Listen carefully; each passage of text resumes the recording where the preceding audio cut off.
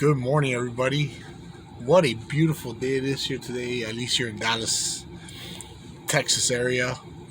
Um, we're always hearing about the Proverbs 31 woman, and that's awesome. That's great. But what about husbands? What about men? What does God call us men, and especially the husbands? Well, that's easy. We need to go to Ephesians 5:25 to 33. And I want to take 5 points from those verses that I think a husband, we need to act and be like.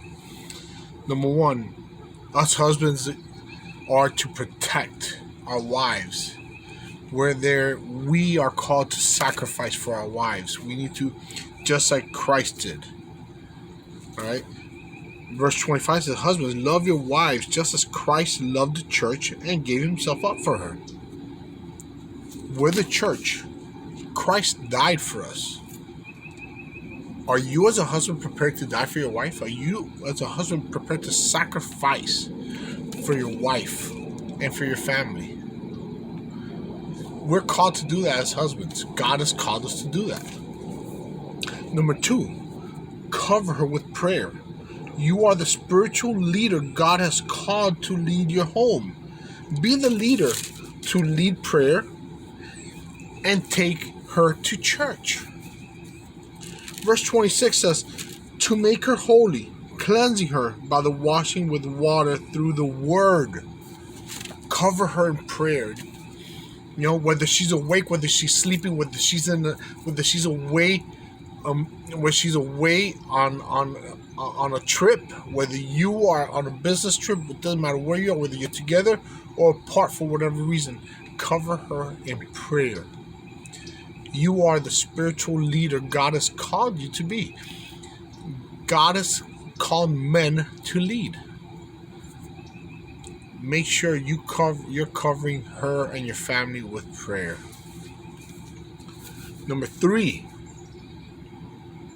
protect her from any rumors. Never let anyone say anything negative or bad about her. Make sure you're defending her honor. Don't let family, doesn't matter if it's your mom, your dad, your brother, your sister, pastor, church members, nobody, don't ever let anybody dishonor or disrespect your wife. Verse 27, and to present her to himself as a radiant church without stain or wrinkle or any other blemish, but holy and blameless.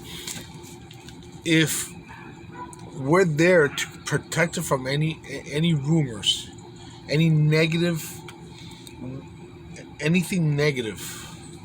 so make sure you're protecting her. Number four, respect her. Speak life into her. Hug her, love on her. Do not hurt her emotionally or especially physically. Verse 28 through 30.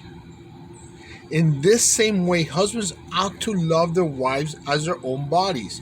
He who loves his wife loves himself. After all, no one ever hated their own body, but they feed and care for their body just as Christ does the church.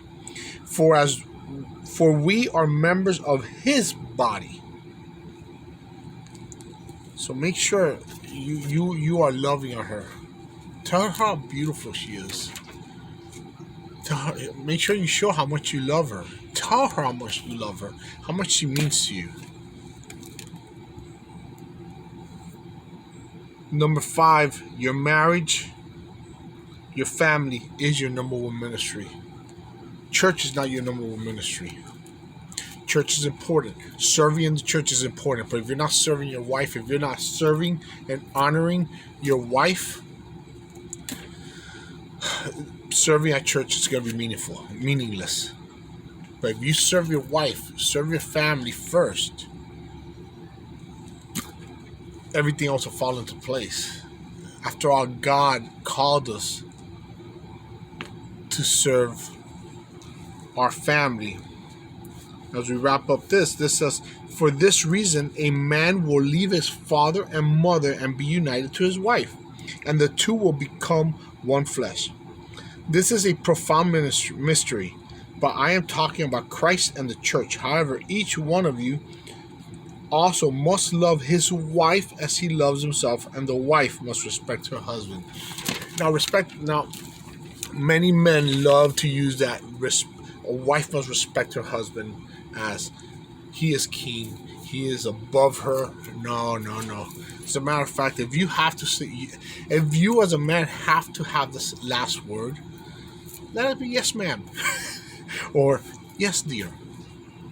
No, all joking aside, be humble.